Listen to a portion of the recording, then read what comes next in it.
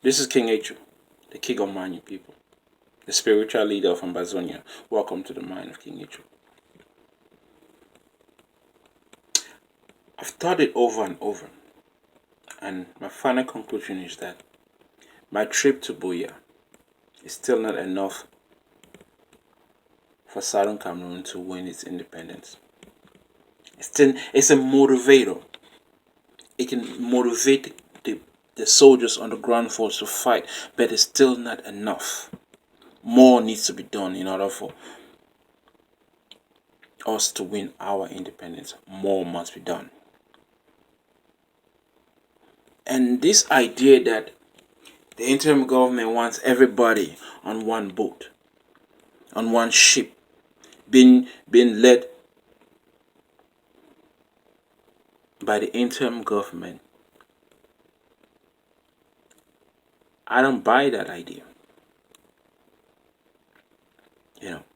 If the interim government for some reason fails, then we don't have a backup plan. Then we don't have another option. So having the ARC and the interim government working independently, but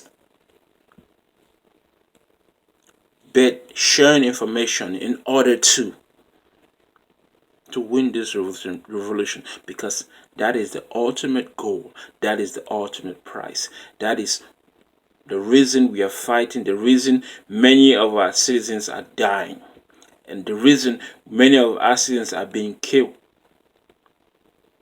Freedom, liberty. And in a revolution, Ambazonians, in a revolution, we need a revolutionary leader.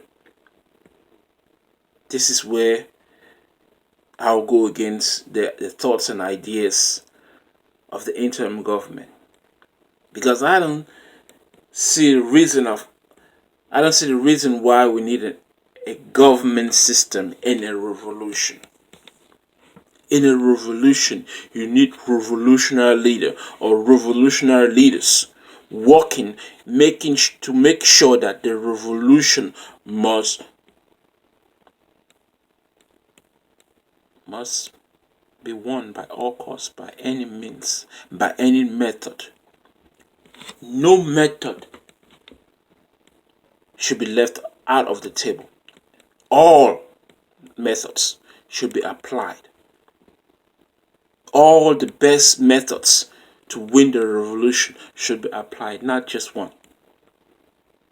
The Republic has declared war upon us. They are killing us.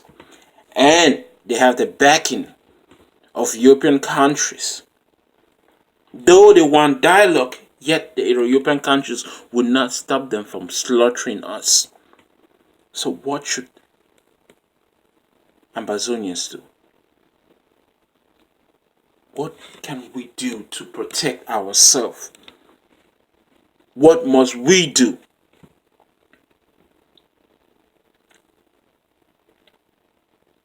There's so much more we can do.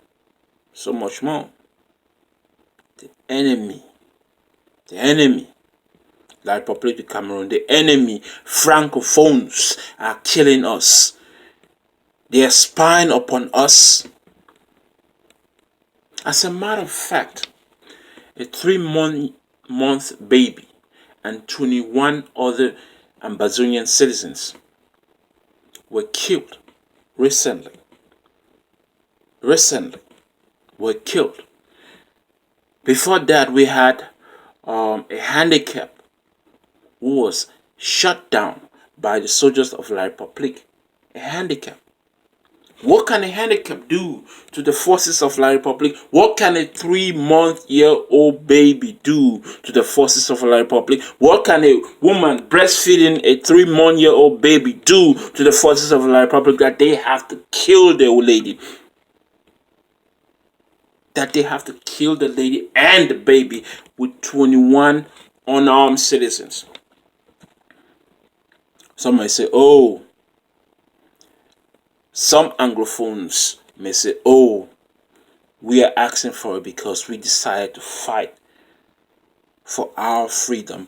Every human being on earth has the right to fight for his life or her life. Every human being. So what is wrong if we Anglophones, if we Southern Cameroon, if we Ambazonian decide to defend for our freedom, our liberty, by any means necessary, by any method, it doesn't matter. Burning down buildings, killing soldiers of the Republic, soldiers who are killing us, who are raping us. We're defenseless, and the international community does not give a damn.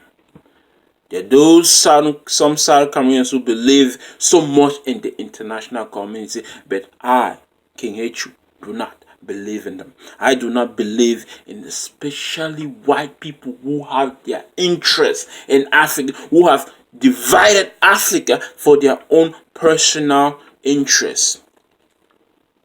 The economy of Africa is like their bank account. They do with it as they please. The resources in Africa they control, and that is their interest. They don't care if Southern Cameroonians have been killed. They don't care if black South Africans have been killed. They don't care if the entire Africa is wiped out and they are left in Africa, so long as they obtain the resources for their personal survival. So what should we do, Ambazonians? To survive, we must do the undoable. We must do the unthinkable. We must become the devil. Because even the devil wants to survive. We must do the unthinkable. You know? What is the difference between a Muslim who believes in killing himself and killing others in order to enjoy 40 virgins in the afterlife, and a Christian, a black Christian? I'm not even talking about white Christian, because a white Christian is different from a black Christian. Black Christians or African Christians, they will eat shit on the ground. They will do the most ridiculous stuff just to get in heaven. I mean, a white man could even step and crush them, and they will believe that, oh, heaven is the way forward. I must get to heaven. It doesn't matter how I'm being treated on earth. It doesn't matter what happened on when Southern Cameroonians came with palm leaves on 1st of October 2016. They were gunned down and killed. We just celebrated Palm Sunday. Do you see the connection there? Palm Sunday, you carry palm, believing that, oh, you're going to go to heaven. And then, black Southern Cameroonians in Africa had palm trees singing freedom songs, and they were killed. They were killed, murdered. And the murdering of Southern Cameroon continued till today. So what must we do to win this revolution? Because this so-called my trip to Buea, which is a great motivator, a great insightful method to motivate the people to fight for their country, but it's still not enough to win the revolution. It's still not enough, because this revolution could last us up to 30 years or more. This revolution for freedom, for independence, many countries have gone as more than 30 years to obtain, and in that 30 years so many lives have been killed. We must plan for the future. Our leaders should not only depend on the money that is coming in, they should also plan for the future of Southern Cameroon. Getting money from citizens to have complete freedom cannot last for 30 years. But the money you get, you can make a better plan to obtain more money to support the revolution. Just another thought. But then, how are we gonna win this revolution? Because the best method to do that is the idea Dr. Ayaba Cho has said, block by block. There will be a time where you have no place inside Southern Cameroon to run and hide.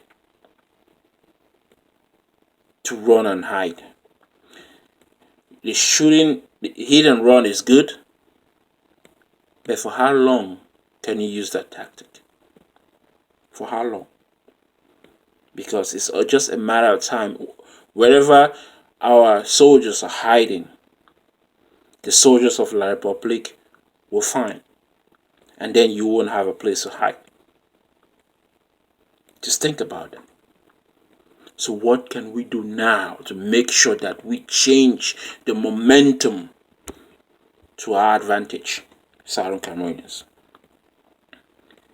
In Southern Cameroon, we have over 50,000 Akada boys,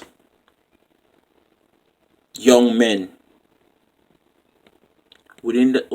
Just from that over 50,000, 20,000 can form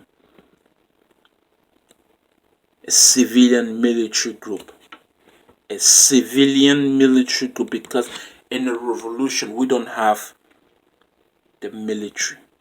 We don't. Southern Cameroon doesn't have the military. Even those that are fighting right now were citizens, just like the rest of the Southern Cameroon citizens. They are not trained soldiers. But every season, when you have the rainy season, you prepare to plant. In the dry season, when the dry season is coming, you prepare to harvest. This is our time to prepare for this war. With that, we must venture this revolution. And to win this revolution, we need civilian soldiers. We need to find a strategy of how to motivate our soldiers, so that over the 13 counties, we will have defense forces. The defense forces will not have to run from one county to the other, move from one county to the other in order to come and defend this county or that county or this county.